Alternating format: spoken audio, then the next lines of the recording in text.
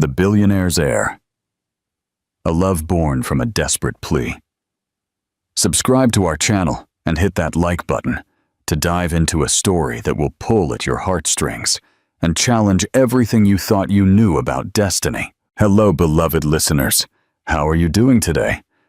Welcome to our cozy corner of heartfelt stories. Today, I've brought you a tale that will deeply move you. It's the story of Alara and Ethan, two childhood friends who grew up worlds apart. He became a self-made billionaire entrepreneur, while she remained a simple woman with an enormous heart. Until one day, Ethan approached her with a proposal that would change everything. "Alara, I need an heir to secure my empire. Would you help me?" And guess what she did? She accepted instantly, but not for the money. She had a far deeper reason, something she had kept hidden for years, something he never could have imagined. Tell me in the comments, what are you doing while listening?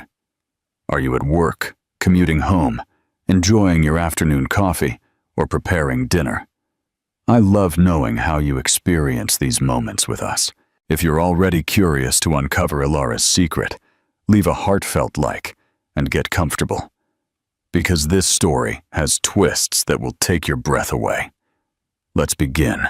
In the bustling city of Viridia, England, two families lived in completely different realities, separated by mere blocks, but an almost insurmountable social chasm. On Maple Lane, number 47, lived the Miller family, in a modest two-story house with a wooden door that always creaked when someone entered. Alara was 7 years old when she met Ethan, and even at that age, her large, expressive hazel eyes captivated anyone who looked at her. Her dark curls cascaded over her shoulders, always tied back with colorful elastic bands her mother bought at Mr. Henderson's corner shop. Her father, Arthur Miller, worked as a mechanic at TechWorks Garage, earning about £1,800 a month, while her mother, Eleanor, sewed baby clothes on commission, bringing in an extra $400 when orders were good. On the other side of the neighborhood, on the elegant Oakwood Drive, stood the imposing Blackwood Manor, a grand 4-story estate with enormous gardens spanning an entire city block. Richard Blackwood, the family patriarch, had built a construction empire with companies spread across the UK and contracts worth millions annually. His grandson, Ethan, was an 8-year-old boy with dark hair always perfectly cut at Viridia's most exclusive salon. His blue eyes contrasted with his fair skin, and his posture already showcased the refined education he received at St. Jude's Academy, where tuition cost £2,500 a month. Fate brought these two children together on a sunny Thursday afternoon in late March 2010 at Willow Creek Park. Alara had gone there with her grandmother, Martha, a 70-year-old woman who always took her to play after school from Greenwood Primary. Ethan was with his nanny, Betty, a 60-year-old woman who had worked for the Blackwood family for over 15 years, earning £2,000 a month to care for the boy on weekends when he visited his maternal grandmother. "Can I play with you?" Alara asked when she saw Ethan alone on the slide, playing with the latest smartphone his father had given him for his 8th birthday. She wore a floral dress her mother had sewn with such care and slightly worn branded sneakers, but her smile was so genuine and bright that Ethan immediately looked up from his device. "Sure you can. I'm Ethan. What's your name?" he replied, putting his phone into the pocket of his designer shorts. "Alara, you're not from this neighborhood, are you? I've never seen you at school," she said, approaching and sitting beside him on the colorful slide. "I study in Highfield, at St. Jude's. My grandma lives nearby, on Oakwood Drive," Ethan explained, trying not to sound superior. Alara wasn't quite sure where Highfield was, but she found the way he spoke interesting, always so proper, as if he had memorized words from a book. From that day on, whenever Ethan came to visit his maternal grandmother, Elizabeth, who lived in a simpler, but still comfortable, house than his parents' mansion. The two would meet at the park. Ilara discovered that he knew things she had never heard of, distant places he had traveled, like Paris and London, and exotic foods he ate in expensive restaurants in downtown Viridia. Ethan discovered that Ilara knew how to play games he had never tried in his life: hopscotch, tag, hide and seek. And she laughed in such a pure and genuine way that it made him want to laugh too. Something that didn't happen often in the busy, commitment-filled routine of his own home. My grandpa says that when I grow up, I'm going to work in my granddad's company. I'm going to own everything, Ethan said one afternoon as they sat on the park swing set, swinging slowly. And what are you going to do when you grow up? He asked, genuinely curious about the dreams of the girl who had become his favorite friend. Ilara thought for a few seconds, swinging her feet that still didn't reach the ground from the swing. I want to be a teacher, to teach kids like us. My mom says it's a beautiful profession, that you help people learn new things, she replied, her eyes shining with enthusiasm. You could work at my company when we're older. That way, we'd work together forever, Ethan suggested, not quite understanding why that idea made him so happy. Ilara's heart skipped a different kind of beat in that moment, a strange and wonderful feeling that she was too young to understand, but she held it in her chest like a treasure. Months passed, and the two forged a pure and true friendship, free from the complications of the adult world. Ilara eagerly awaited Thursday and Sunday afternoons, knowing Ethan would appear at the park. She even dreamed of him during the week, inventing new games to teach him when they met, and her chest always tightened when he had to leave at the end of the afternoon. Ethan also began to feel something different. He, who had all the expensive toys, all the video game consoles, felt truly happy only when he was with that girl with dark curls, who made him forget everything and simply be a child. Ilara, I have to go, Ethan told her one December afternoon, his eyes filled with tears he tried to hide, because men in the Blackwood family weren't supposed to cry. My grandmother found a spot for me at a boarding school in Switzerland.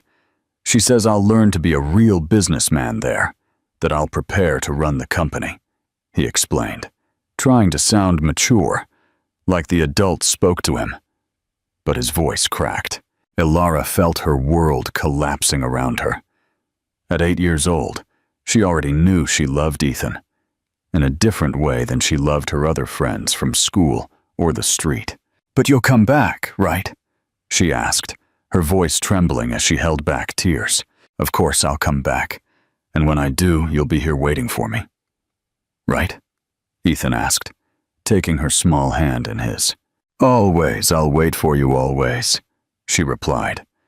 And in that moment, she made a silent promise in her heart that she would carry for the rest of her life, not yet knowing how much those words would mean in the future. The farewell took place on a warm January morning in 2011 at Viridia Airport.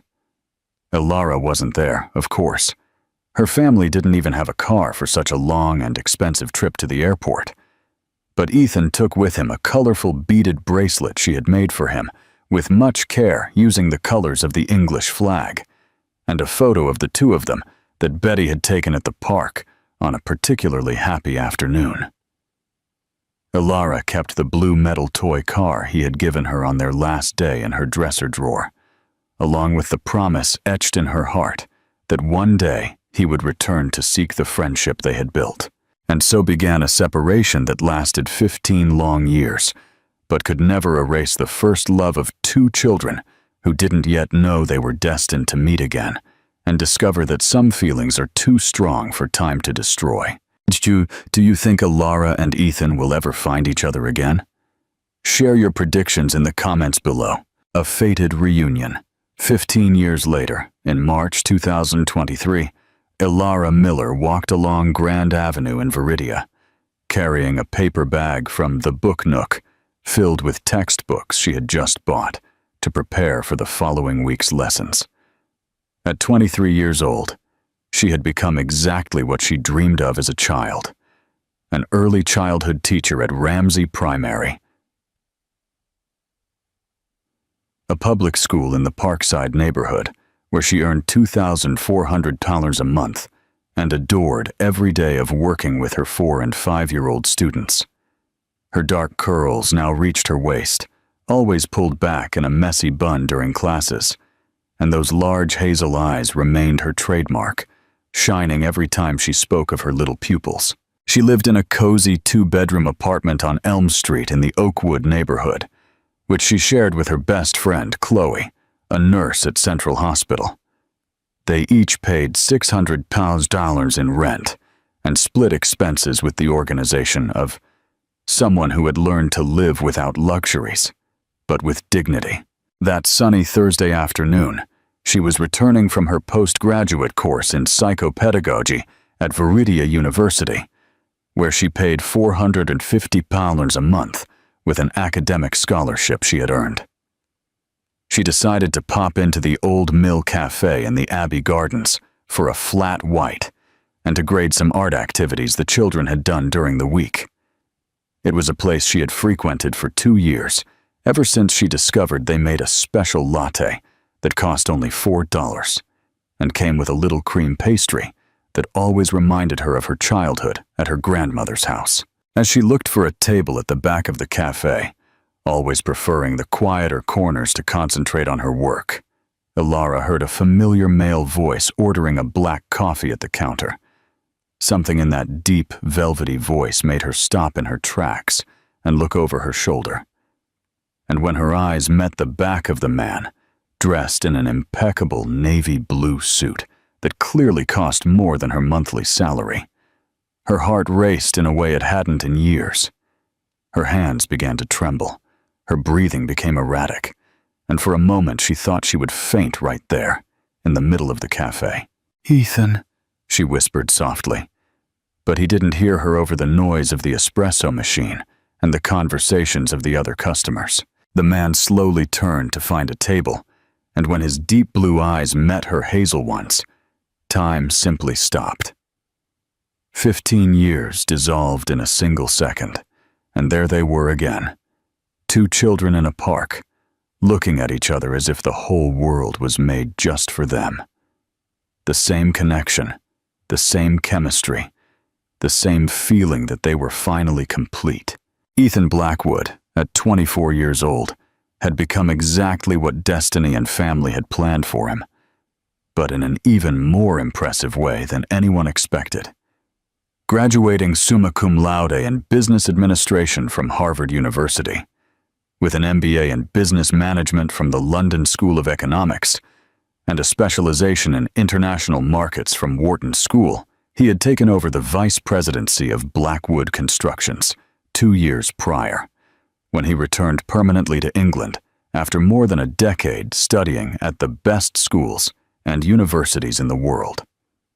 His grandfather's company was now worth over a hefty £1 million, with contracts spread across the country and international projects in Latin America, and he earned £40,000 a month, in addition to profit sharing that easily reached £400,000 a year. Physically, he had become a man who commanded attention wherever he went. Tall at 6'1", broad shoulders, that his Italian suit from the Hermenegildo Segna brand perfectly molded. Dark hair always impeccably styled at Viridia's most expensive salon, and those intense blue eyes that now held a depth and intensity that didn't exist when he was a child. He lived in a 3,000-square-foot penthouse in Greenwich that had cost £2 million and was decorated by one of the country's most famous architects. He drove a Mercedes-Benz S-Class valued at £250,000 and frequented restaurants where a single meal cost what Ilara earned in a week. "I can't believe it's you," Ethan said, putting his cup on the counter, not caring that coffee was spilling, and walking towards her with long, determined strides. Ilara got up from the chair where she had just sat, still in shock, and before she could say anything or fully process what was happening, he enveloped her in a tight hug that lasted much longer than would be appropriate between two friends reuniting after 15 years. Elara, my God, you're so beautiful, he said, his voice emotional in a way that completely surprised her. You've become an incredible woman, exactly as I imagined you would be. You've changed a lot too, she replied, trying to hide how nervous she was and how loudly her heart was beating. Sure, he could hear it. When did you come back to England? He asked, still processing his presence there, in the same simple cafe she frequented, as if the universe had conspired for that encounter. I came back permanently 2 years ago. I took over the family businesses, you know how it is. And you? Did you achieve your dream of being a teacher? Ethan asked, guiding her to a table in the corner, away from the other customers, as if he wanted privacy to talk to her. Yes, I work at a public school nearby. I love what I do. Every day is a new discovery with the children, Elara replied, adjusting her bag on the chair and trying to appear calmer than she really was. Of course you do. You were always special like that. You always knew exactly what you wanted from life, he said, and the affectionate way he spoke made her heart race even more. They sat down, and the next 2 hours passed like 15 minutes of pure magic. Ethan talked about his years in Switzerland, where he studied at a rigorous boarding school that prepared him for the business world. Then about England and the United States, always studying and preparing to run the family company, but also about how he felt a constant loneliness, as if he was always searching for something he couldn't find. You know, Elara, I've traveled all over the world. I've seen incredible places, met important people. I've learned several languages, but I always felt like something was missing, he said, playing with the third cup of coffee he had ordered, just to have an excuse to stay longer with her. How so? She asked, genuinely curious, and trying not to show how much his every word affected her. I never found anyone who made me laugh like you did when we were kids. I never had conversations that truly mattered, that made me feel like myself, not the company heir or the Blackwood son, Ethan explained, looking directly into her eyes in a way that made her feel as if she were the only person in the world. Elara told him about her teaching degree at the University of Viridia, which she had managed to pay for by working 3 different jobs. And with a scholarship she won for having the best grades in high school, about the children she taught, and how each one had a unique personality that charmed her every day, about how she had managed to achieve her dream of being a teacher despite coming from a simple family. I have a little girl in my class, Sophia, who reminds me of you when you were little, she said, smiling affectionately as she spoke of her student. Why? Ethan asked, curious and touched by the comparison. She asks questions that have no answers, you know? Like, why doesn't the sky fall on our heads? Or why do adults get sad when they should be happy? And she has blue eyes that sparkle with curiosity, just like yours did when you were a child, Elara recounted. And Ethan laughed in that genuine, pleasant way she remembered perfectly from childhood. You were always special to me too, she said, when he commented on how good it felt to talk to her again. But she didn't have the courage to tell him the whole truth about the love she had been harboring for 15 years, about how she had never been able to fall in love with any other man, because they were all compared to the memory of him. Elara, I know it might be strange after so long, but would you like to have dinner with me tomorrow? There's a restaurant in Highfield I'd love to take you to. Or, if you prefer, we can go somewhere simpler where you'd feel comfortable, Ethan asked, leaning forward across the table and showing a vulnerability she didn't expect to see in him. I don't know if that's a good idea, Ethan. We live in very different worlds now, she replied, hesitating and afraid of getting hurt. Please, Elara, just one dinner, like 2 childhood friends who've reconnected. I promise I'll pick you up at your place and take you back safe and sound. And I also promise it won't be awkward or uncomfortable, he insisted. And there was something in his eyes she couldn't resist. Elara looked at him, and saw not the millionaire businessman in an expensive suit and a watch that cost more than she earned in a year, but the 8-year-old boy who had promised to return in the park 15 years ago. "Okay, but nothing too fancy, please. I don't have clothes for really posh places," she conceded, already regretting it a little, but unable to say no to him. "Whatever you want, Elara. I just want to spend time with you, to get to know the incredible woman you've become," Ethan said, and the smile that appeared on his face was exactly like the smile of the boy she had known and secretly loved. When they said goodbye at the cafe door, with the sun already setting and painting the sky orange, Ethan held her hand a little longer than would be normal between friends who had just reconnected. "See you tomorrow, Elara, and thank you for waiting for me, even if you didn't know I would come back," he told her, gently squeezing her fingers before letting go. "What do you mean I waited?" she asked, confused, but her heart racing from the contact. "I don't know. I always had a certainty that when I came back to England, our paths would cross again, that you would still be here, that we would find each other," he explained, reluctantly letting go of her hand and leaving a warmth that she felt until she got home. She stood on the bustling Grand Avenue pavement, watching him get into a car that cost more than she would earn in 10 years of work, and felt her peaceful and carefully organized life had just been turned upside down in a way that both scared and excited her. The unthinkable proposal, 2 weeks after that first dinner at the Riverview restaurant in Waterbrook, which had transformed into a sequence of almost daily meetings in increasingly simple and cozy places that Elara chose. Ethan arrived at her apartment one Friday night with a different expression on his face. She already knew that look well from childhood. It was the same one he had when he was worried about something important and didn't know how to talk about it. They had planned to watch a movie at home, something that had become routine since she told him she preferred quiet nights to the expensive restaurants he frequented, where she felt out of place and observed by other customers.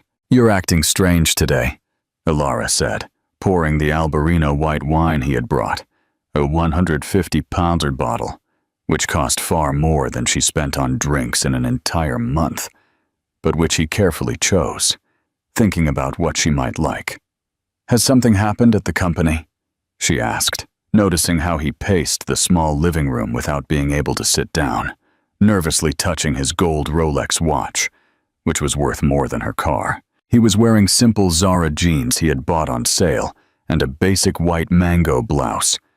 But to Ethan, she looked more beautiful than any elegant woman he had seen at the social events of Viridia's high society he was obligated to attend. Ethan was silent for a few minutes, pacing the small but cozy living room of the apartment Elara had decorated with such care.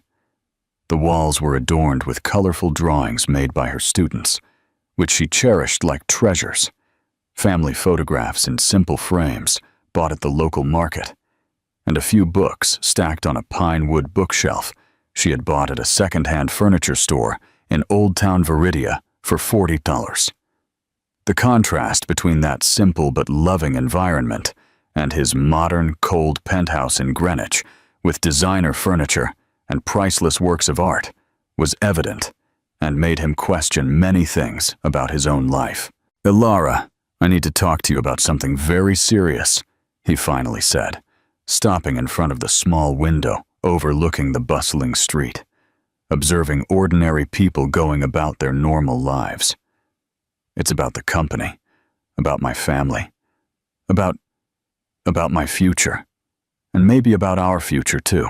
The grave, emotion-laden tone of his voice made her immediately turn off the old 32-inch television and sit on the edge of the simple sofa, giving him her full attention. Do you remember I always said that one day I would inherit everything from my grandfather?" Ethan asked, turning to look directly at her with blue eyes filled with an anguish she had never seen before. "I remember, yes. You said you were going to own the most important company in England," she replied, trying to lighten the heavy, tense atmosphere that had settled in the living room. "And isn't that what's happening? Aren't you vice president of Blackwood Constructions?" Elara asked, genuinely confused about where the conversation was heading, but already feeling a bad sensation in her stomach.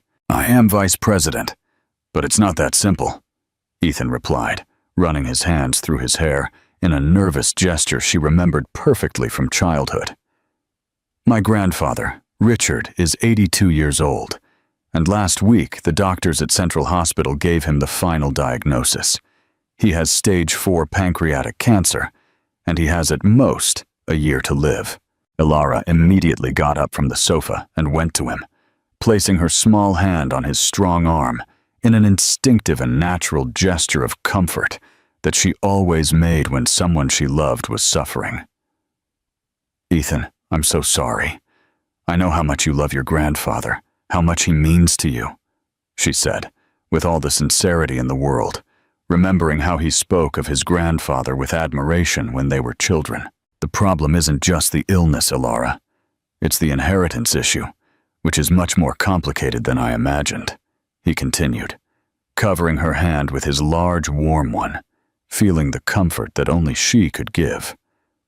"According to the will he made 5 years ago, I can only officially assume the presidency of the company and inherit all the assets if I have a legitimate heir, a child who guarantees the continuation of the Blackwood lineage and the family business. But that's easy to solve," she said without thinking, still not quite understanding where he was going with the whole conversation. "You're young, handsome, rich, intelligent. Any woman would be delighted to marry you and have children."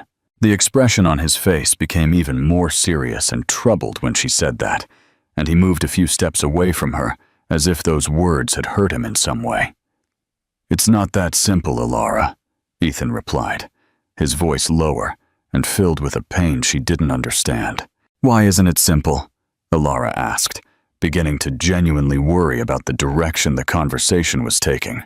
Ethan walked to the table where the wine was, poured himself a generous amount, and drank it in one go, as if he needed liquid courage to continue talking about the subject.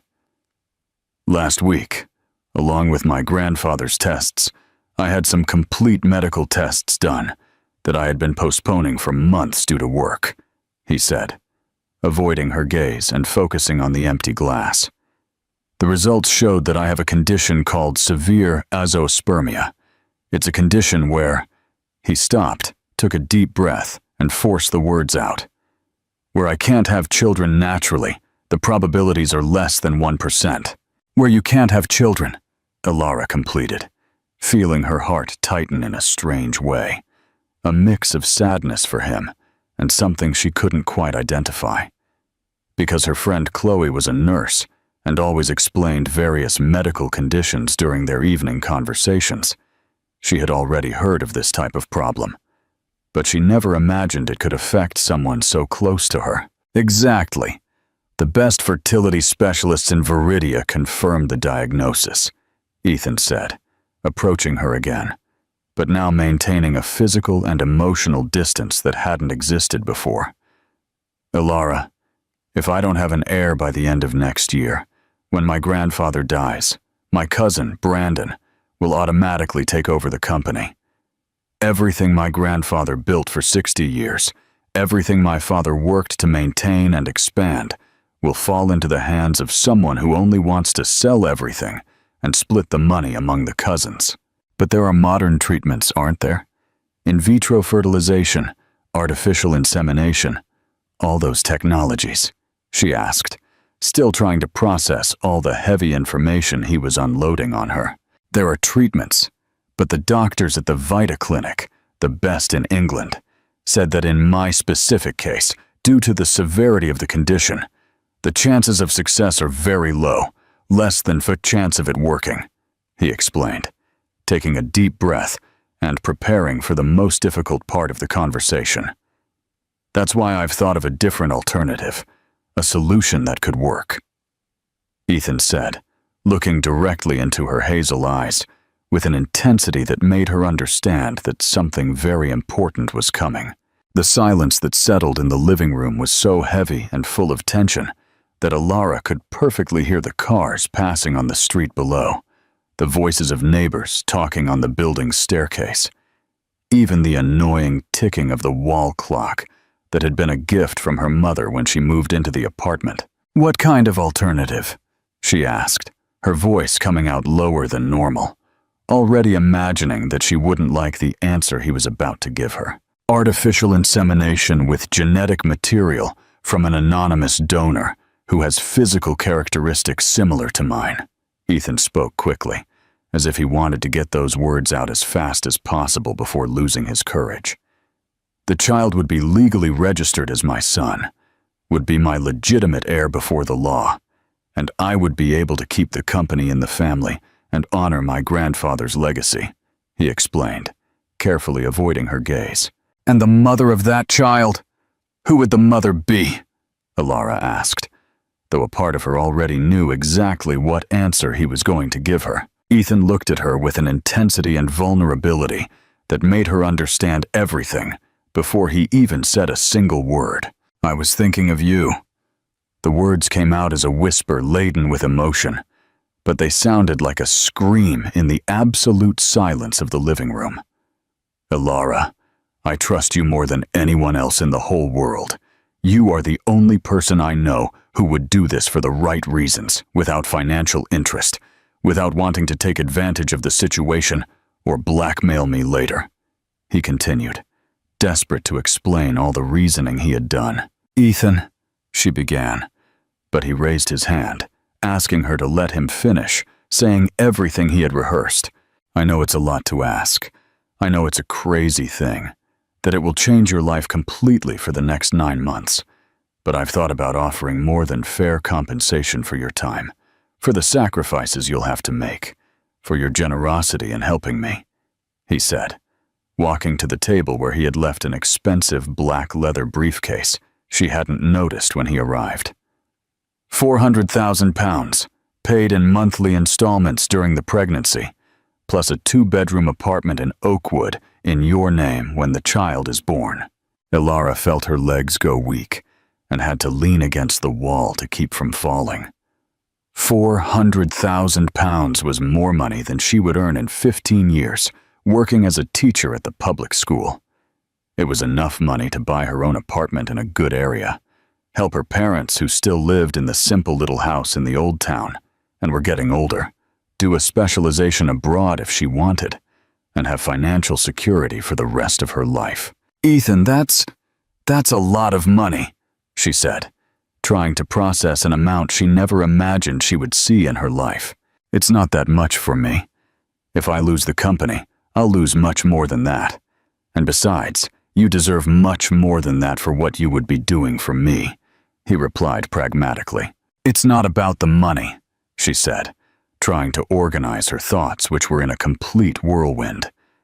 "It's that you're asking me to carry your child, to spend 9 months of my life creating a child inside me, and then have to give him to you, and pretend nothing happened." Elara explained, feeling a strange pain in her chest that she couldn't quite explain. "It wouldn't be exactly like that. It wouldn't just be giving and forgetting." Ethan approached her again, carefully. "You wouldn't disappear from the child's life. You could visit him whenever you wanted.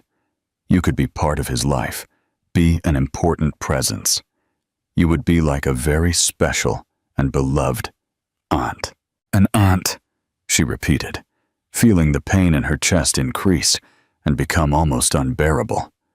There he was, the man she had loved in silence since childhood, the man for whom she had never been able to fall in love with anyone else, asking her to carry his child, but not out of love, not because he wanted to start a family with her, but out of necessity, for business, for convenience.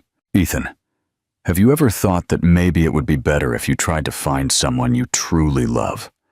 Someone who wants to marry you and start a real family?" she asked, knowing she was being masochistic to suggest that, but needing to hear the answer. "Elara, I don't have time to find someone, fall in love, date, get engaged, get married. My grandfather has at most a year to live," he explained, running his hand through his hair in that nervous gesture. "And besides, I don't want to marry out of obligation, out of necessity. I don't want to bring a woman into my life just because I need an heir. It would be unfair to her and to me, Ethan replied. But wouldn't it be unfair to me? Elara asked, her voice breaking with emotion. With you, it's different. Completely different. We've known each other forever, since we were children. You know who I really am, not just the rich businessman. And I trust that you would take good care of the child, that you would love him even if you knew he wouldn't stay with you forever. Elara closed her eyes and tried to imagine what it would be like. 9 months carrying the child of the man she loved, feeling him grow inside her, talking to him every night, creating a connection that would break at birth. I need to think about it calmly, she finally said. It's a very important decision, one that will affect the rest of my life in ways I can't even imagine. Of course you need to think about it. Take all the time you need. Ethan approached her and took her small hands in his.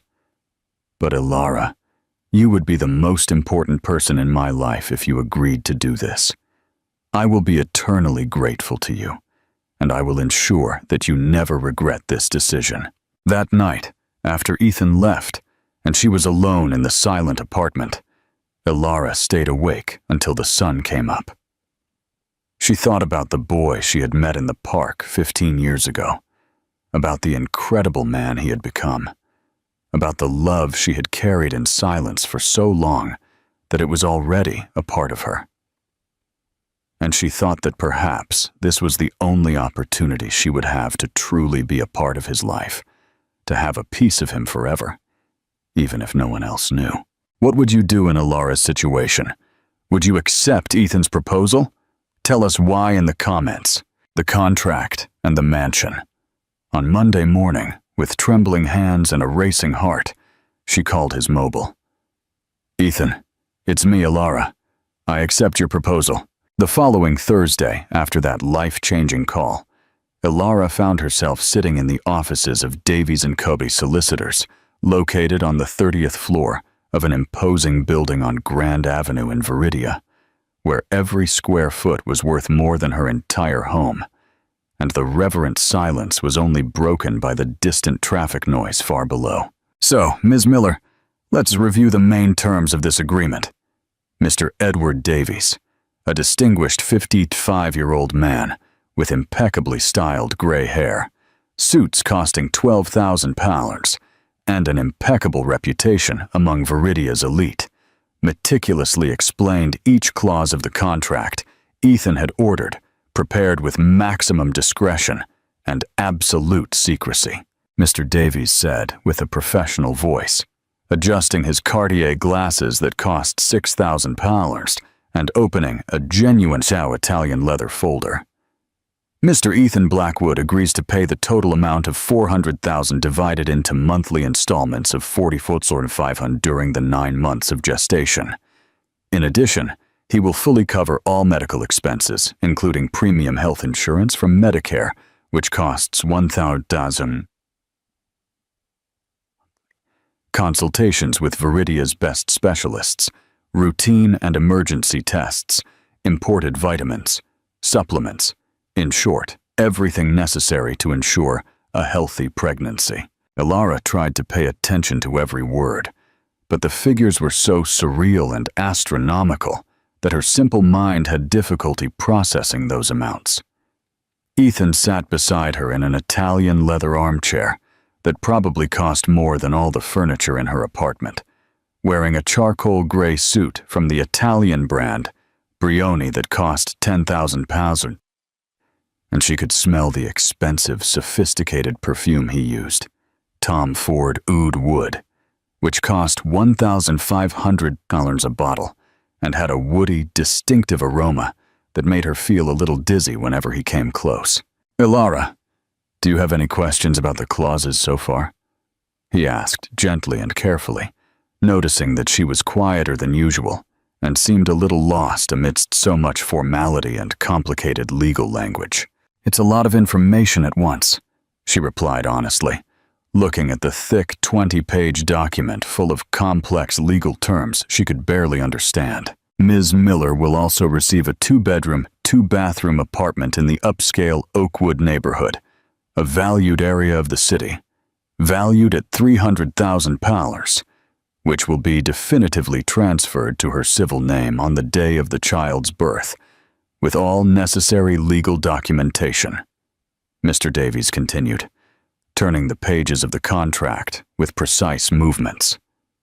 Throughout the gestational period, which we estimate at 9 months, Ms. Miller will move to Mr. Blackwood's main residence in Greenwich, where she will have a fully furnished master bedroom with a private bathroom, a private lounge, plus unrestricted access to a specialized housekeeper, a 24-hour private driver, a renowned nutritionist, a personal trainer specialized in pregnant women, and an on-call obstetric nurse for any emergency. The idea of living in Ethan's luxurious house for 9 entire months still made Alara nervous and anxious, but she had already mentally accepted all the changes that would mean for her life. There are also some important restrictions during the gestational period that need to be clarified and signed, Mr. Davies read in a firm, professional voice, as if he were accustomed to dealing with such contracts. No alcoholic beverages of any strength, cigarettes or any type of tobacco, high-risk physical activities such as running or heavy weightlifting, travel outside the county without prior medical authorization, medications without a prescription from the responsible obstetrician. Each restriction sounded like golden handcuffs, but Alara understood the necessity. And it is essential to clarify that the child will be registered as Mr. Blackwood's legitimate son from birth, and Ms. Miller will be listed as the biological mother in the documents, but will formally renounce legal custody and all parental rights, transferring them entirely to the father. That clause hit Alara like a violent punch to the stomach, although she already knew that was exactly how it would work. Hearing it aloud and officially made everything more real, more painful, more definitive. "Can I have a few minutes alone to process all this?" Alara asked, her voice coming out weaker than normal, feeling suffocated in that luxurious room full of cold formality, with complicated dealings and decisions that would change her life forever. "Naturally, Ms. Miller. I'll get you a special Colombian coffee," Mr. Davies said, with refined politeness, discreetly leaving the room and leaving the two of them alone for the first time since they arrived. As soon as the heavy door closed, Ethan immediately got up from the armchair and approached her, taking her small hands with extreme care, as if she were made of the most fragile glass in the world. "Alara, I know all this seems very formal, very cold, very commercial, but it's just to protect us legally, to ensure there are no problems or future misunderstandings," he said, his voice much softer, more affectionate, and more human than before, when he was in the presence of the lawyer. "You know that between us, it won't be like that, right? You know that you mean a lot to me, that you're not just a business deal or an employee to me." "I know you care," she replied, but a confused part of her still wondered if he really cared about her as a person, or just because he needed her to solve his urgent problem. "It's just that all this is so different from my simple, organized life. I never imagined I would live in a rich man's mansion, have a private driver, all those luxurious things that are normal for you, but completely surreal for me. You'll get used to it faster than you imagine, I promise. And remember, it's not forever. It's only 9 months of your life," Ethan said, squeezing her hands comfortingly and affectionately. "After that, you'll have your complete financial independence, your own paid apartment, and you can do absolutely anything you want in life. You can travel the world, study abroad, set up your own school, any dream you've held." The way he spoke made it sound as if he was planning to get rid of her after he got what he wanted, and that hurt more than she was prepared to feel. "And you? What are you going to do after you have your heir?" she asked him, trying not to show how much that question tormented her. "I'm going to take care of the child, run the company, honor the family legacy," he replied. but there was something in his tone of voice that didn't sound entirely convincing. "When, doctor?" Mr. Davies returned with the Colombian coffee that cost 40 pounds a kilo. Ilara signed the contract with visibly trembling hands. Each signature of hers seemed like a piece of her old simple life leaving forever, being replaced by a completely new and terrifying reality. "Congratulations to both of you. Now we'll deal with the necessary medical procedures," the lawyer said, with a professional smile, putting the important documents into an armored folder. Dr. Alistair Reed, a renowned specialist in assisted reproduction at the Vita Clinic, is already waiting for you next Thursday at 10 a.m. for the first consultation and process planning. Leaving the office inside Ethan's Mercedes-Benz S-Class, which cost £250,000 and had a genuine beige leather interior, they remained silent for long minutes, while Mike, the 60-year-old driver who had worked for the family for 15 years and earned £3,200 a month, drove calmly through the heavy and chaotic traffic of Grand Avenue. "Do you regret it?" Ethan finally asked, noticing her thoughtful and melancholic expression as she looked out the tinted window. "I don't know yet. Everything's happening so fast. So many changes at once," she replied honestly, watching the expensive and important buildings pass by the window as if they were movie sets. "Ilara, I want you to know one important thing. Even though we've signed the contract, you can change your mind at any time if you don't feel good about the situation," he said, completely surprising her with that statement. "Really? Even though everything is signed?" "Completely serious. I don't want you to do this if you're not 100% sure and comfortable. It would be unfair to me, to you, and especially to the child," Ethan explained. And for the first time since he made the crazy proposal, she saw a genuine crack of vulnerability and humanity in him. A new life begins. A week later, at the Vita Clinic located in the upscale Highfield neighborhood, one of the most prestigious assisted reproduction clinics in Europe, Dr. Alistair Reed explained the entire artificial insemination process with the patience and professionalism of someone who had done it thousands of times over a 20-year career. The clinic cost £12,000 per attempt, and Ethan paid for 3 full attempts up front in case the first one didn't yield the expected result. The procedure itself was simpler and less invasive than Ilara imagined, performed in a clean, aseptic room with state-of-the-art equipment imported from Germany. 2 weeks after the procedure, on a sunny Tuesday morning that started like any other, Ilara woke up feeling a different and strange nausea unlike anything she had felt in her life. She ran to the bathroom and vomited all the red fruit smoothie she had for breakfast. "Could it be?" she whispered to herself, looking in the mirror and touching her still flat belly. The next day, she took a pregnancy test at Lab Diagnostics in the elegant Oakwood neighborhood, accompanied by Ethan, who had canceled 2 important multi-million-pound meetings to be present at that crucial moment. When Dr. Reed called them into the private room and said, "Congratulations, the HCG beta test is positive. You're pregnant." With a smile on his face, Ethan looked at the test paper for long seconds, as if he couldn't process the information, and then looked at Ilara, with his blue eyes shining intensely in a way she had never seen before. "We did it," he whispered. And for a magical moment, she almost forgot that this was a commercial agreement. The genuine and emotional joy on his face was contagious, and she found herself smiling too, despite all the complications and uncertainties that pregnancy represented for the future. The following Saturday, Ilara officially moved into Blackwood Manor on the elegant Greenwich Avenue. The house was even more impressive and luxurious than she remembered from childhood.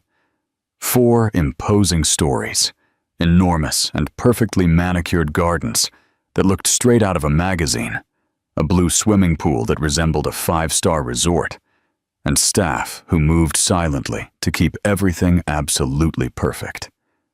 Her room was on the 2nd floor, decorated with classic furniture in soft shades of beige and gold, a king-size bed that was larger than her entire old apartment's living room, and a breathtaking view of the garden that took her breath away.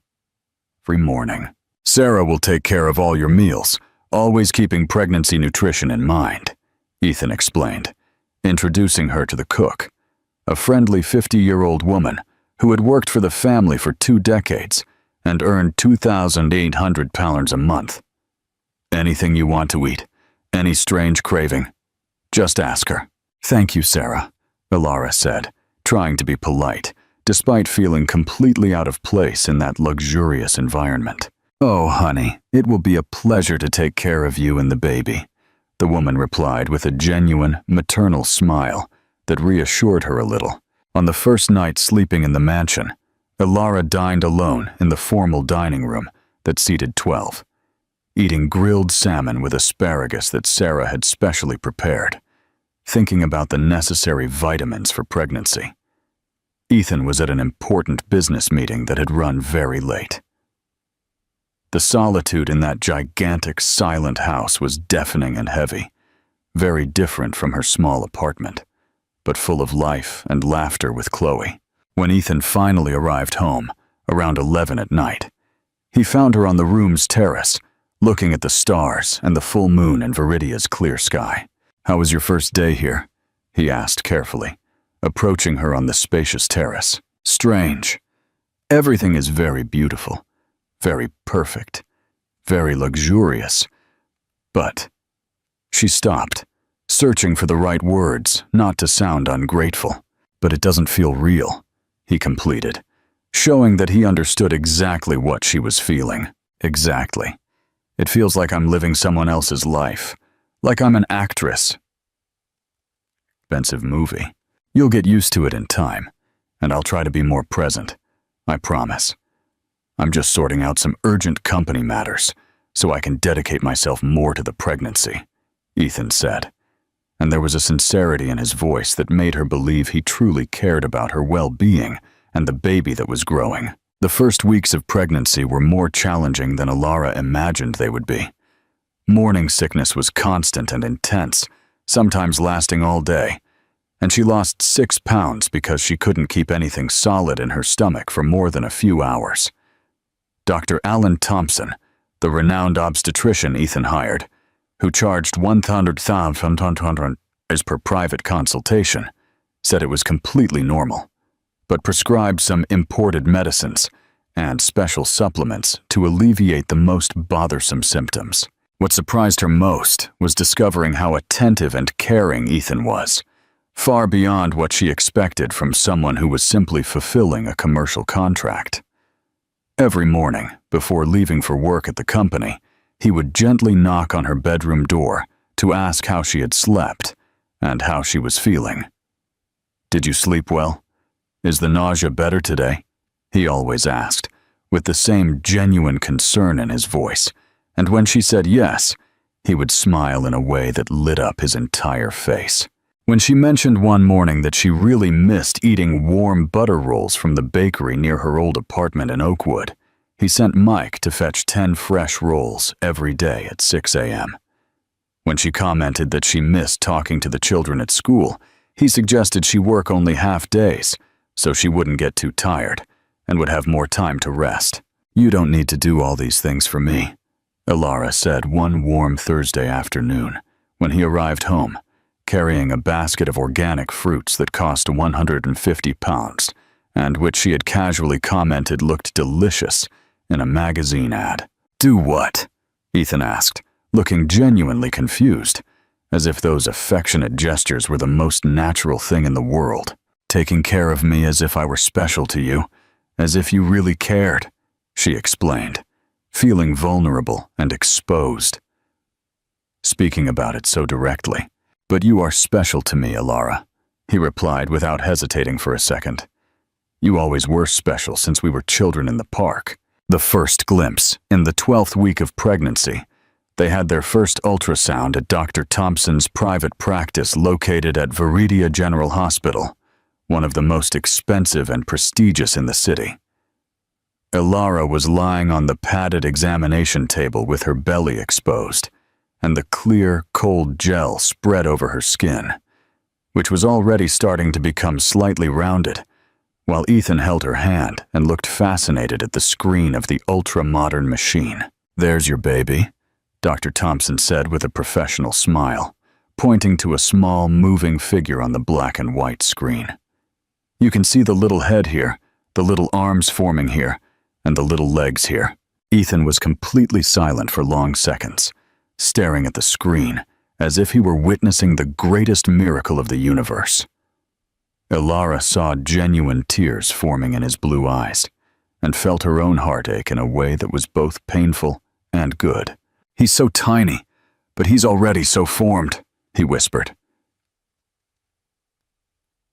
his voice thick with emotion. "Everything is correct and perfect. Heart beating normally and strongly, appropriate size for gestational age, development within expectations," Dr. Thompson explained, printing several ultrasound photos. "Do you want to know the sex? We can't be absolutely certain yet, but from the position and what I can see, it looks like it might be a boy. A boy. A boy," Ethan repeated slowly, as if testing how that word sounded coming from his mouth. He squeezed Ilara's hand, unable to take his eyes off the ultrasound screen. "Ilara, are you seeing this? It's our son growing in there." The natural and affectionate way he said "our" made her forget for a few moments that this was temporary, that it was just a contract. For a few magical seconds, she allowed herself to imagine that they were a normal, loving couple, expecting their first child, planning their future together as a real family. From that special day on, Ethan began to show an interest in the pregnancy that went far beyond what Ilara expected from someone who was simply fulfilling a cold commercial agreement.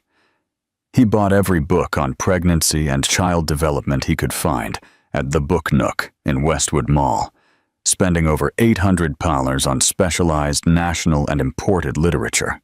"Did you know that in the 16th week, the baby can already hear our voice and can recognize familiar sounds?"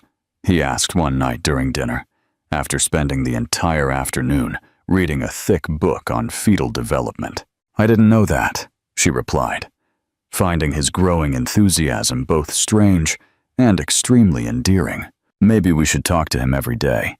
The books say it's very important for the child's neurological and emotional development," Ethan suggested, seeming genuinely interested and excited by the idea. "You want to talk to the baby?" Ilara asked, surprised but touched by the affectionate suggestion. "If you let me, if it doesn't seem strange to you." The sincere vulnerability in his voice completely disarmed her. "Of course I'll let you. I think it would be beautiful." That night, for the first time since she moved into his house, Ethan entered her bedroom. Ilara was lying comfortably in the gigantic bed, reading a children's storybook she had bought to start reading to the baby when he gently knocked on the door. "May I come in?" he asked politely. "You can," she said, closing the book and settling better in bed, suddenly nervous with his presence in her intimate space. Ethan approached hesitantly, as if he were invading a sacred and private space. "How do you do this? How do you talk to a baby that's still in its mother's belly?" he asked, sitting carefully on the edge of the king-size bed. "I don't know. I think we just talk normally, as if he can understand everything," Ilara replied, also not being absolutely sure how it worked. "You can put your hand on my belly if you want," she offered, surprising herself with the naturalness of the intimate offer. Ethan looked at her, silently asking for permission once more, and when she nodded and smiled encouragingly, he carefully placed his large, warm hand over her belly, which was already starting to become rounded and firm. "Hello, baby," he said softly and affectionately. "I'm your dad. I know it's still too early for you to understand me, but I wanted you to know that I already love you very much. So much." Ilara felt her eyes fill with tears, seeing the genuine tenderness on his face, hearing the real emotion in his voice. "Your mom is the most special and incredible person in the whole world," Ethan continued, looking affectionately at Alara as he spoke to the baby. She is brave, intelligent, generous, and has the most beautiful and pure heart I have ever known in my entire life. You are very lucky that she is taking care of you with so much love. The emotional and sincere way he spoke made Alara's heart race in a way it hadn't in a long time. There was something in his voice that went far beyond gratitude or simple childhood friendship. "Ethan," she began, but she didn't know exactly what she wanted to say. "Forgive me if this is strange or inappropriate," he said, gently removing his hand from her belly. "It's not strange. It's very beautiful and moving," she admitted sincerely. "You're going to be an incredible, loving father." "You think so?" "I'm sure. Do you remember when we were kids, and you always said you wanted to take care of everyone? You always had that natural protective instinct." That night, after Ethan left her room, Alara stayed awake for a long time, thinking about the subtle but significant change that was happening between them. It was no longer just the formal fulfillment of a commercial contract. Something was growing there, something that went far beyond the child she was carrying, and that scared her more than any nausea or physical change the pregnancy might bring to her life. A confession and a promise. In the following weeks, the nightly conversations with the baby became a sacred and special routine. Ethan would appear in her room every night after dinner, always around 9, and the two would talk affectionately to the belly that grew every day. He talked about his work at the company, about the ambitious plans he had for the company's future, about the beautiful places in the world he wanted to show his son when he grew up. Alara talked about her beloved students at school, about the children's books she was reading, about how anxious and excited she was to meet the baby in person. "Have you thought about names yet?"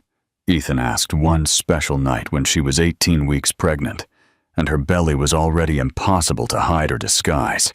"Some pretty names. And you? For a boy, I always liked the name Gabriel, and for a girl, Sophia. Gabriel is beautiful and has a nice meaning. I have a student named Sophia, who I told you reminds me of you when you were little," Alara commented affectionately. "Then she must be very special and intelligent." "She is very special." "Gabrielle and Sophia," he repeated thoughtfully. "Gabrielle Blackwood or Sophia Blackwood." The natural way he said the family surname made Alara realize a painful reality. Indeed, there was a child growing inside her who was going to bear his name, who was going to be officially his son before the law and society, while she would be left only with the memories of the 9 most intense and contradictory months of her entire life. In the 20th week of gestation, during the detailed morphological ultrasound, they officially discovered that it was indeed a healthy and perfect boy. "Gabriel," Ethan said immediately, as soon as Dr. Thompson confirmed the sex with absolute certainty. And Alara saw pure emotion taking over his face in a way that made her fall even more deeply in love. Gabriel Blackwood. That night, he came home carrying a special gift, a baby blue teddy bear that cost £250 at an imported goods store and had the name Gabriel affectionately embroidered on its chest. "For our son," he said, carefully placing the bear on her lap. "Our," she repeated softly, knowing it was dangerous and painful to get used to that possessive word, but completely unable to resist the good, warm feeling it brought to her loving heart. And in that intimate moment, with Ethan sitting beside her on the bed, talking animatedly with Gabriel about football and how he was going to teach him to swim in the big house pool, Alara allowed herself to daydream about an alternative reality where they truly were a united family, where the love she had felt for 15 years was finally truly reciprocated, where Gabriel would grow up with the 2 parents who loved him together, forever, without contracts or commercial agreements between them. Months passed, and with each passing day, the thin line between the professional agreement and something much hyper and more personal became blurrier and more confusing. Ethan canceled important meetings to accompany her to medical appointments. He came home earlier to have dinner together and always found an excuse to spend more time talking to her and Gabriel. Ilara began to realize that he looked at her differently, more intensely, more affectionately, as if he was seeing something in her that he hadn't noticed before. And she, who had loved him for 15 years, felt her heart open even more for a man who was being more attentive and loving than any boyfriend she had ever had in her life. In the 26th week of pregnancy, on a rainy Thursday night that started like any other, everything changed between Ilara and Ethan in a way neither of them was prepared to face.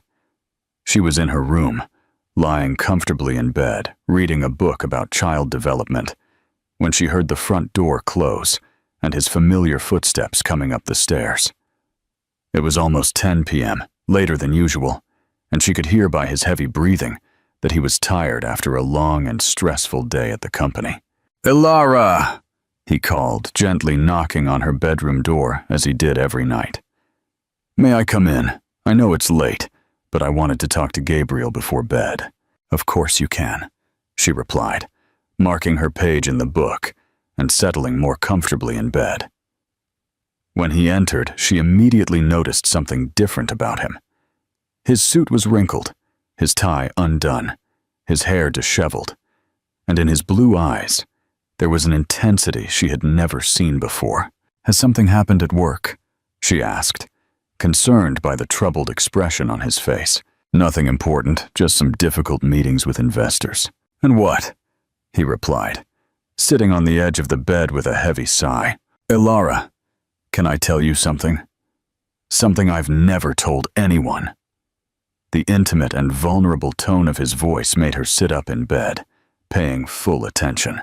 "Of course you can. You can tell me anything."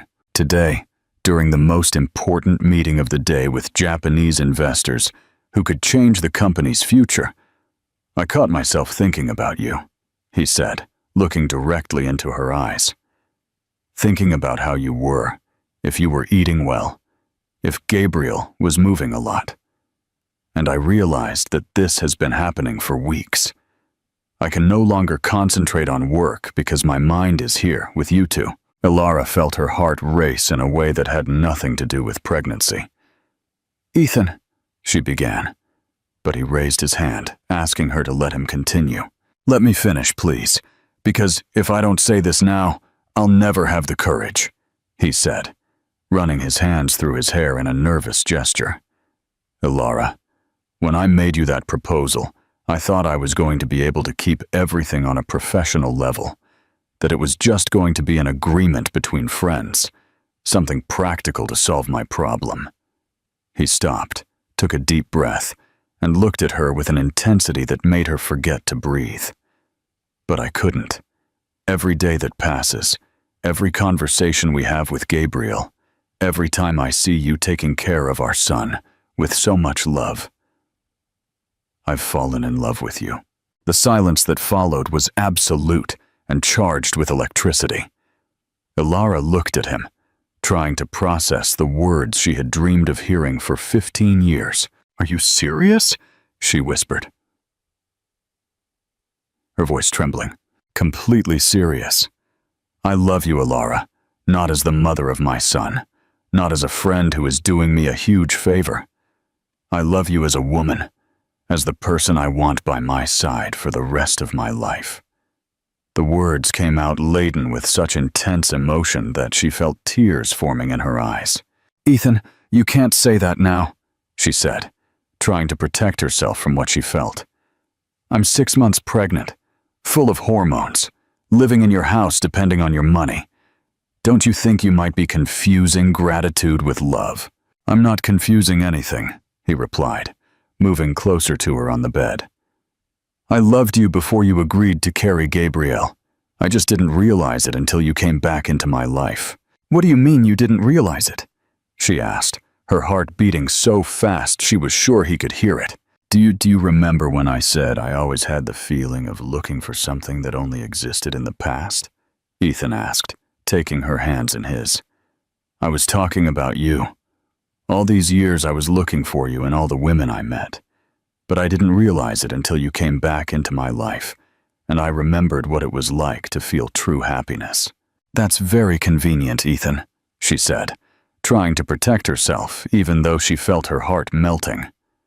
You discover you love me exactly when I'm carrying your son. Elara, I know how this sounds, but it's something you're saying to keep me happy until Gabriel is born, she interrupted him, though every fiber of her being wanted to believe him. To ensure I won't cause problems or change my mind. It's not that, Ethan said, getting up from the bed and starting to walk around the room. Do you want proof? Cancel the contract. Marry me. We'll raise Gabriel together as a real family, without agreements or signed papers. The proposal caught her completely by surprise. What? You heard right. I don't care about the money, the apartment, none of that. I only want you and our son. I want to wake up every day by your side. I want to take care of you throughout the pregnancy. I want to be present in every moment of Gabriel's life. Our son, she repeated, testing how those words sounded. Since when is he our son? Until yesterday he was your heir to maintain the company. He was always ours, Elara, from the moment he was conceived, from the first time I put my hand on your belly and felt him move. Ethan then knelt by the bed. Elara, I know I hurt you with this contract story, but it was the only way I found to have you in my life without risking our friendship. I was too cowardly to simply confess that I was in love with you since we reconnected. The tears Elara had been holding back finally streamed down her face. Ethan, she began, but he delicately placed a finger on her lips. Before you answer, I have to tell you something I should have told you a long time ago, he said, his voice becoming even softer. Elara, I never forgot you. All these 15 years, I carried the memory of that curly-haired girl who made me laugh in the park, and when I saw you in that cafe, it was as if a part of me that was asleep woke up again. I never forgot you either, she confessed for the first time, her voice breaking with emotion. I've loved you since I was 8 years old, Ethan. I never managed to fall in love with any other man because they were all compared to you. When you made me that proposal, I accepted not for the money, but because it was the only way I saw to be a part of your life, even if only for 9 months. The confession came out like an avalanche of feelings kept hidden for 15 years. You love me? He asked, as if he couldn't believe what he was hearing. Always. Since that day in the park, when you said we could work together forever. I love you so much it hurts, Ethan, she said, touching his face with her hand. I agreed to be just an aunt to Gabriel because I preferred to have a little piece of you than nothing. Ethan looked at her for a moment that seemed like an eternity, and then he leaned in and kissed her softly and affectionately, as if she were made of glass. It was their first kiss, after 15 years of waiting, and it tasted of happy tears and fulfilled dreams. When they separated, he rested his forehead on hers. So, cancel the contract with me. Let's do this the right way. You, me, and Gabriel, as a real family. What if it doesn't work? What if you get tired of me after the novelty wears off? She asked, voicing the fears she had carried for so long. That won't happen. How can you be sure? Because I've loved you for 15 years, Elara. It just took me a while to understand it. And because when I see you taking care of Gabriel, when I see you singing to him and talking to him, I see my whole future. That night, after hours of talking about hidden feelings, old fears, and shared dreams, something definitively changed between them. Elara lay on the big bed, and for the first time since she moved into the house, Ethan didn't leave the room. Can I stay here with you tonight? He asked, with a vulnerability in his voice that moved her. Just to be by your side, to take care of you and Gabriel. Gabriel, I want you to stay, she replied, making room for him in the bed. They lay together, he on top of the covers to respect her space, and they stayed up talking in the dark about everything and nothing. He talked about the nights he spent thinking about her all those years, about how he could never truly fall in love with any other woman. She talked about how she kept the photo of the 2 children in her drawer, about how she used to dream of him marrying other people, and how that hurt her. "Ilara," he called softly, when it was past 2 in the morning. "Can I touch your belly? I want to feel Gabriel." She took his hand and placed it on her rounded belly, and as if he had been waiting for that moment, Gabriel moved a lot. "I think he knows Dad is here," she whispered. "I think he approves of us being together," Ethan said, gently kissing her neck. The kiss on her neck turned into soft caresses on her face, which turned into more intense kisses, which turned into something much deeper and more intimate. "Are you sure?" he asked, when he realized where things were heading. "I'm completely sure. I love you, and I want to give myself to you completely," she replied, pulling him closer to her. They made love that night in a slow, tender, and heartfelt way, respecting her pregnancy, but connecting in a way that went far beyond the physical. It was the union of 2 souls who had searched for each other for 15 years and finally found each other.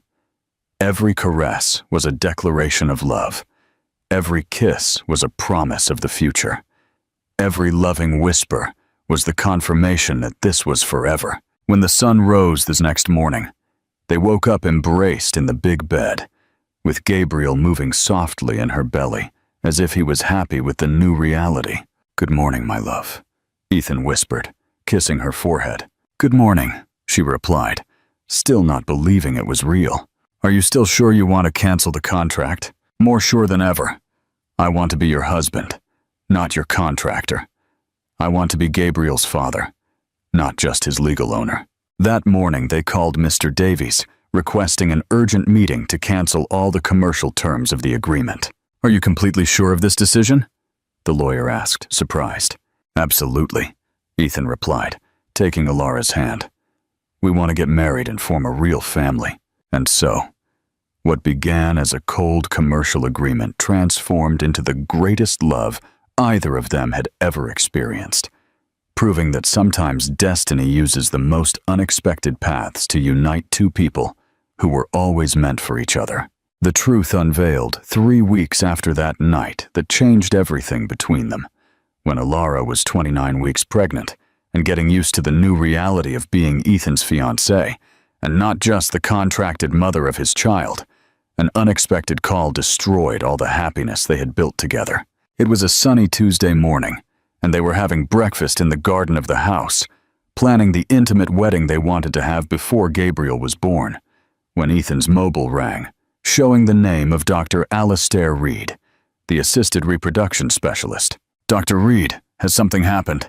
Ethan answered, worried because he wasn't expecting any call from the doctor. Ilara continued eating the butter roll he had delivered every morning, watching his expression change drastically during the conversation. "What do you mean, a lab error? What kind of error?" she heard him ask, his voice tensing. "Mr. Blackwood, it would be best if you came to the clinic urgently. There's something very important I need to explain in person." The doctor's voice was loud enough for her to hear. An hour later, they were sitting in Dr. Reed's elegant office at the Vita Clinic, with Ilara holding Ethan's hand and trying to control the anxiety growing in her chest. "Mr. Blackwood, Ms. Ilara, I have to inform you of a serious error we discovered while reviewing old records," the doctor said, with a serious expression that boded no good. The fertility tests Mr. Blackwood had done a few months ago were swapped in the laboratory. The results that indicated severe azoospermia were not yours. The silence in the room was absolute. Ethan looked at the doctor as if he hadn't understood. "What do you mean they weren't mine?" "There was a sample mix-up at the external laboratory we used at that time. Your actual tests, which we found today during an internal audit, show completely normal fertility parameters. Mr. Blackwood, you can have children naturally. You always could," Dr. Reed explained, handing him a folder with the correct analysis. In fact, your values are above average for your age. Ilara felt the world collapse around her. You mean he never needed artificial insemination? She asked, her voice lower than normal. Technically, no. With these parameters, the chances of natural conception are very high, the doctor confirmed. We will obviously sue the laboratory responsible for the error, and we want to formally apologize for the inconvenience caused. But Ilara was barely hearing the apologies. Her mind was racing in 1,000 different directions, all leading to the same devastating conclusion. On the way home, inside the silent Mercedes, they didn't exchange a word. Ethan tried to start a conversation a few times, but she responded only with monosyllables, looking out the window and processing the revelation that changed everything. Ilara, are you okay? He asked. When they arrived at the mansion, I'm perfectly fine, she replied. But the cold, distant tone of her voice said exactly the opposite. I'm going upstairs to rest a bit. Ilara, we have to talk about this, Ethan said, following her to the bedroom. I know the news was a shock, but it doesn't change anything between us. It doesn't change anything? She turned to him, her eyes shining dangerously. Ethan, you can have children naturally. You always could. This changes everything. How does it change everything? We love each other. We're getting married. Gabrielle is coming. None of that has changed. Don't you understand? She said, sitting on the bed and placing her hands on her belly. You don't need me. You never needed me. You can find any woman, fall truly in love, get married, have all the children you want. Tears began to stream down her face. I'm just a mistake, Ethan. A mistake that became convenient when you thought you were in love. You're not a mistake, and I don't think I'm in love. I know I am, he said, approaching her. How can you be sure? How can you know if it's true love or just gratitude because I solved your problem? She asked, pulling away when he tried to touch her. Maybe you just fell in love with the idea of having a ready-made family, with the convenience of not having to look for anyone. Ilara, you're saying crazy things. I've loved you since we were children. You don't love the memory of a child. You fell in love with a convenient situation. That afternoon, while Ethan was in his office trying to resolve legal issues with the laboratory, Ilara received an unexpected visit. Brandon, Ethan's cousin, appeared at the mansion's door accompanied by Victoria, his executive secretary at the company. Ilara, right? I need to talk to you about something very important, Brandon said, with a smile that didn't reach his eyes. Ethan isn't here, she replied, trying to close the door. Actually, it's you I want to talk to, about the embarrassing situation you've gotten yourself into, Victoria said. What embarrassing situation? Haven't you heard the news? That Ethan was never sterile? Victoria asked, in a sweet but venomous tone. We just found out today, Ilara replied, forcing herself to maintain composure. Then you know he doesn't need you anymore, Brandon said, entering the house uninvited. He can have children with anyone. In fact, Victoria here has always been in love with him. Now that you've served your purpose, maybe it's time to exit gracefully. What are you implying? Ilara asked. But deep down she already knew where the conversation was going. We're offering an elegant exit, Victoria said, taking an envelope from her expensive handbag. £4 million for you to disappear from Ethan's life. Have the baby, hand him over as per the original contract, and disappear forever. He'll get over this little infatuation quickly once you're not here reminding him of the mistake that was made. $4 million? Ilara repeated, shocked by the amount. He'll never pay that. You don't need to know that. I have an inheritance I don't use, Brandon explained. Consider it an investment in the family's future. You'll have enough money to live like a queen for the rest of your life, far from here. And Ethan will be free to find someone of his social standing, someone who truly fits with him. You're crazy if you think I'll accept that, Ilara said. But a part of her, the insecure part that always existed, was listening to every word. Think carefully, Ilara, Victoria said, approaching her. Do you really think a man like Ethan will want to stay with a poor little teacher for the rest of his life? He's confused now, but once the novelty wears off, he'll realize you have nothing in common besides a child. Get out of my house, Elara said, but her voice lacked firmness. Our house, Brandon corrected. This is the Blackwood family home. You're just a temporary guest who's deceiving herself into thinking she's become part of the family. He placed the envelope on the table. The money will be available until tomorrow night. After that, the offer expires, and you'll have to find your own way out. After they left, Elara stared at the envelope on the table as if it were a bomb about to explode. 4 million pounds. It was an amount she never imagined seeing in her life, enough to buy a large house, travel the world, give Gabriel a comfortable life if he wanted to visit her sometimes. And more importantly, it would be a way to free Ethan to be happy with someone from his world. Someone who truly deserved to be by such a special man's side. When Ethan arrived home that night, he found her packing her bags in the bedroom. "What are you doing?" he asked, alarmed. "I'm leaving," she replied without looking at him, carefully folding her maternity clothes.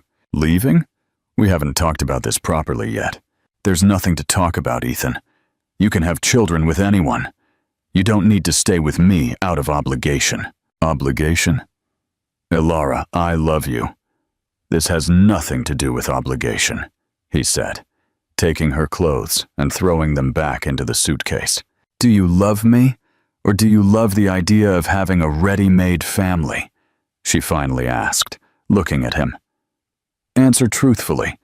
If you had known from the beginning that you could have children naturally, would you have fallen in love with me?" The question caught him by surprise, and the 2-second hesitation in his answer was enough to confirm her worst fears.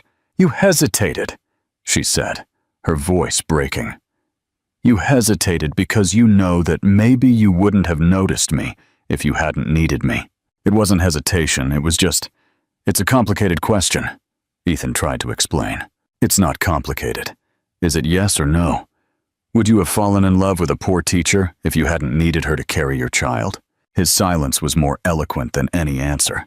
"I'm going to stay at Chloe's until Gabriel is born," Elara said, resuming her packing.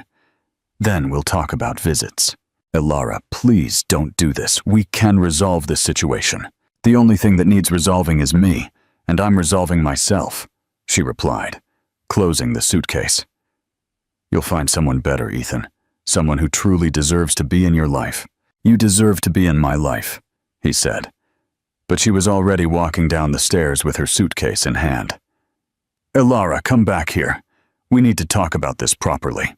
But she didn't come back. She got into the first taxi she found on the street and disappeared into the Viridia night, taking Gabriel with her and leaving Ethan alone in the empty mansion, realizing too late that he had lost the only thing that truly mattered in his life. Do you think Elara is making the right decision by leaving? What would you do if you were in her shoes? Let us know in the comments. A father's plea and a mother's strength. In Chloe's small house, Elara cried until she had no more tears, embracing her best friend who tried to comfort her. "You did the right thing," Chloe said, stroking her hair. "If he truly loves you, he'll come looking for you and prove it. And if he doesn't come, then it wasn't meant to be." But deep down, Elara hoped he would come, that he would prove his love was true and not just the result of convenient circumstances that had brought them together. For the next 2 weeks, Ethan tried to contact Elara every day, but she didn't answer his calls or messages. He sent flowers to Chloe's house, gifts for Gabriel, handwritten letters explaining his feelings, but she returned everything without even opening it. At the company, he couldn't concentrate on anything, canceled important meetings, and spent hours staring out the office window, thinking about how he had let the woman he loved slip away because of an idiotic hesitation. "Son, you have to go get her," Richard said one afternoon, when he went to visit his grandson in the office and found him completely dejected. "Grandpa, aren't you well?" Ethan asked, trying to change the subject. I'm dying, Ethan. But it's not me we're talking about, the old man said, sitting in the expensive office armchair. Do you love that girl? I love her more than my own life. Then stop being a coward and go get her before it's too late. In the 33rd week of gestation, on a rainy Friday morning, Ilara woke up feeling a strange and intense pain in her abdomen. Chloe! She cried, realizing she was bleeding. Her nurse friend ran to the room and, seeing the situation, immediately called 999. It's too early. The baby can't be born now, Ilara said in total panic. It's going to be okay. Let's go to the hospital. Chloe tried to calm her, but she was also worried. At Central Hospital, Director Thompson examined Ilara and gave the diagnosis she most feared hearing. We're going to have to deliver now. The placenta is detaching, and if we wait longer, we could lose both mother and baby. But she's only 33 weeks. Babies at 33 weeks have excellent chances of survival. Gabriel is going to be fine, the doctor reassured. But I need to notify the father. It's essential that he's here. Please call Ethan, Ilara asked Chloe, realizing she needed him at that moment more than anything in her life. Tell him Gabriel is being born. Chloe made the call, and in less than 15 minutes, Ethan arrived at the hospital like a hurricane, still in his pajamas, with disheveled hair and eyes red with desperation. How is she? How is Gabriel? He asked Chloe, who rushed him to the operating room. Ethan? Ilara called when she saw him entering the preparation room dressed in blue surgical scrubs. I'm here, my love. I'm here, he said, taking her hand and kissing her sweaty forehead. Everything's going to be okay. Our son is going to be born strong and healthy. I was so scared. I thought I was going to lose him, she confessed, squeezing his hand. You're not going to lose anything, and you're not going to lose me either. I love you, Ilara. Nothing will change that. At 5:47 a.m. on a rainy Friday, Gabriel Blackwood was born, weighing 5 pounds, 4 ounces, measuring 1.2 inches, with small but perfectly functioning lungs, and a strong cry that echoed through the operating room like celestial music. He's perfect, Dr. Thompson said, showing the baby to the emotional parents. Small, but perfect and healthy. Ethan looked at his son in the doctor's arms and cried as he had never cried in his life. An intense mixture of relief, joy, fear, and a love so overwhelming that it physically hurt in his chest. Hello, Gabriel. I'm your dad, he whispered, delicately touching the baby's tiny hand. And this is your mom, the bravest and most incredible woman in the world. We love you more than anything. Ilara, still drowsy from the anesthesia, smiled, seeing the pure emotion on the face of the man she loved. Gabriel stayed in the neonatal ICU for 2 weeks, in a modern incubator, surrounded by tubes and monitors that controlled every beat of his tiny heart. Ethan and Ilara took turns at the hospital, always by each other's side, talking to Gabriel through the incubator glass, singing to him, reading children's stories. He knows your voices, commented Nurse Helen, one of the specialized nurses. Look how calm he gets when you talk to him. Ilara, I have to tell you something important, Ethan said one afternoon as they watched Gabriel sleeping peacefully in the incubator. About that question you asked me, if I would have fallen in love with you, even if I hadn't needed a mother for Gabriel. She looked at him, preparing her heart for another disappointment. I hesitated that day because the question caught me by surprise, not because I had doubts, he explained. The truth is, I was already in love with you before, even before knowing about the infertility, since the day we reconnected at the cafe. How? Do you remember the 2 weeks we spent having dinner together before I made you the proposal? I was already madly in love, but I was afraid of ruining our friendship. The story of the infertility was almost an excuse my subconscious found to keep you close to me. If I had known I could have children normally, I probably would have taken months to gather the courage to tell you I was in love." "Are you serious?" she asked, her heart racing. "Completely serious, and I have proof," he said, pulling a small velvet box from his pocket. "I bought this 3 days after our first dinner, weeks before I knew about the supposed infertility. I already knew I wanted to marry you." Inside the box was the most beautiful engagement ring she had ever seen, a 2-carat solitaire that sparkled under the hospital lights. "Elara Miller, will you marry me? Not because we have a child together, not because of contracts or inheritances, but because I have loved you since I was 8 years old, and I want to spend the rest of my life proving it to you." The proposal made right there in the neonatal ICU, with Gabriel sleeping a few feet away, was the most emotional moment of her life.